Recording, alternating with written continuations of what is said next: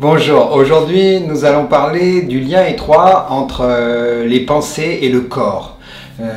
Et souvent, bien sûr, l'idée de la souffrance qui se cache dans le corps, des souffrances qui sont peut-être psychologiques ou qui sont peut-être d'ordre physique à travers la douleur. Voilà. Donc déjà, je prendrai comme meilleur exemple ma propre histoire, donc ce qui m'est arrivé à travers une douleur très forte qui a duré pendant 4 ans dans mon dos. Et donc à la suite de, bien sûr, nombreuses recherches, parce que je n'avais pas vraiment envie de me faire opérer, j'étais amené à rencontrer énormément de personnes dans différents domaines de la santé, différents types de médecine naturelle. Et j'ai fini par atterrir avec un spécialiste du dos, donc une personne qui est vraiment spécialisée pour les grands sportifs.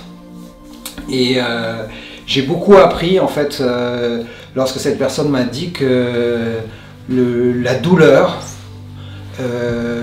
n'était pas localisée et qu'on ne savait pas où elle se trouvait dans mon corps.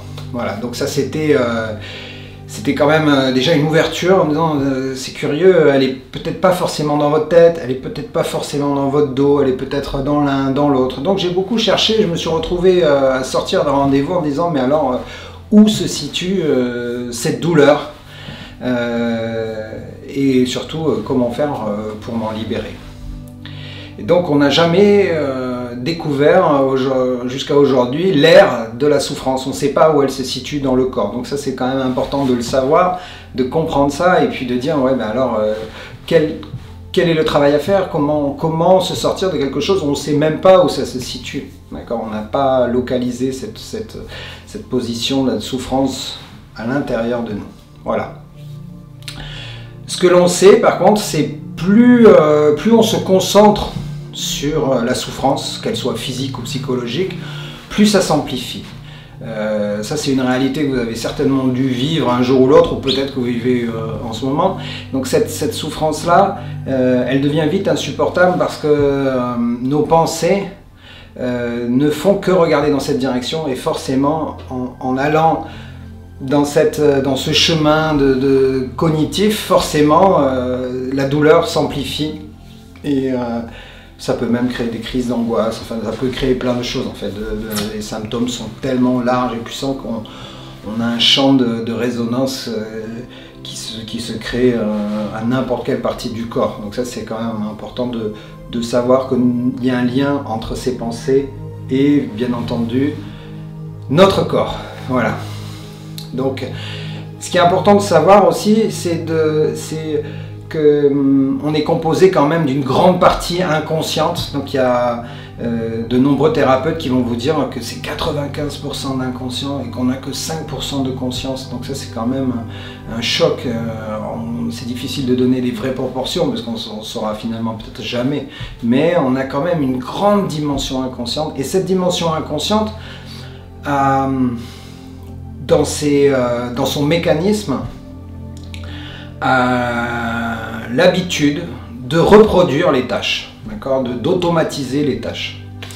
Donc du coup, ça explique beaucoup de mécanismes en nous, parce que c'est vrai que si on regarde bien, qu'on ait des TOC, qu'on ait de l'addiction, qu'on ait des souffrances, qu'on ait des phobies, forcément les histoires se répètent, se redéclenchent, et comme bien sûr on n'a pas accès à cette partie inconsciente puisque c'est une partie cachée de nous-mêmes, forcément ces automatismes prennent des dimensions et nous envahissent. Donc on a en fait ce travail à se nettoyer de quelque chose que l'on ne connaît pas, une partie que l'on ne connaît pas de nous-mêmes. Et c'est aussi bien entendu un des travaux qu'on a tous à faire, c'est de se libérer de nos propres peurs. Voilà. Donc ensuite, ce qui est important, c'est de découvrir ce lien qu'il y a entre le corps et les pensées. Alors, ce qui est intéressant de par l'activité, c'est d'accueillir des gens et de voir, si vous voulez, on a quand même des points en commun, beaucoup même de points en commun. Et notamment en fait, l'idée d'avoir des émotions qui sont souvent cachés dans notre corps. C'est-à-dire, en fait, on vit des événements, on vit des chocs émotionnels à travers certaines circonstances, des choses qu'on n'aurait pas forcément voulu vivre. Et forcément, ça crée des émotions qui sont, bien entendu, des émotions pas positives. D'accord ? Et donc, le rôle de l'inconscient est aussi de nous protéger, donc de nous cacher l'information, et de manière à pouvoir vivre l'esprit libre. Donc l'inconscient est notre meilleur ami, hein. C'est lui qui fait battre notre cœur, donc il ne faut pas l'oublier. On a quand même cette dimension intérieure est là pour nous maintenir en vie, pour nous faire respirer, pour créer notre système immunitaire, pour créer notre système digestif. Enfin, l'inconscient a vraiment cette perfection de pouvoir nous maintenir en vie. Et en nous maintenant en vie, forcément, va protéger les émotions négatives que l'on a vécues et que l'on n'aurait jamais voulu vivre, quoi. Donc ces émotions-là, en fait, elles restent cachées à l'intérieur de notre inconscient, à l'intérieur de nous-mêmes, de notre partie vivante, de notre corps. Et bien entendu, la phrase que j'utilise souvent, c'est libérer les rancœurs que vous avez cachées dans votre cœur. Parce que c'est exactement ça, en fait. C'est de l'information négative qui est stockée en nous et on a juste un rôle à jouer, c'est de s'en libérer. Donc il y a un travail d'acceptation, peut-être même de pardon, même si ce mot est quand même difficilement, comment dire, c'est un mot qui est difficile à accepter pour certains événements, bien sûr, parce qu'on est souvent traversé par des tragédies de vie qui font que bon, ça devient plus ou moins difficile, mais on a tous ce chemin à faire de se libérer de cette négativité qui reste cachée en nous. Voilà. Donc c'est souvent un lien étroit entre ces émotions négatives et ce que l'on porte à l'intérieur, la souffrance qui se crée, parce que notre corps et nos pensées sont plus que liées, parce que j'ai aussi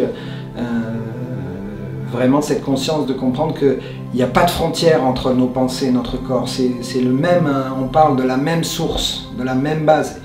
Et j'ai déjà lu un texte qui disait que finalement le corps et la pensée agissent en même temps, ensemble. En fait, on parle de la même chose. Quand on parle de la pensée et du corps, c'est comme si vous voulez, votre corps, c'était de la pensée coagulée. C'est-à-dire, c'est vraiment, il y a une dimension extrêmement étroite, d'accord ? Et votre corps n'a surtout pas besoin de vivre dans cette négativité qui est cachée à l'intérieur. Donc, tout le rôle qu'on a à faire, c'est ce rôle de libérer ces émotions négatives qui se sont cachées souvent dans le passé, et notre cerveau a cette fâcheuse habitude de répéter et d'aller chercher l'information à la vitesse qui est une vitesse hallucinante, puisque notre cerveau crée quand même 1 milliard de bits d'informations par seconde, et donc forcément la puissance de notre cerveau fait que on peut être traversé chaque jour par des émotions et revivre des émotions, parce que chaque émotion qu'on revit font juste revivre les émotions du passé. Voilà. Donc la conclusion, le travail qu'on a à faire, c'est vraiment de changer notre regard, d'accepter, de libérer certaines émotions, d'ailleurs toutes les émotions négatives qu'on cache dans le corps.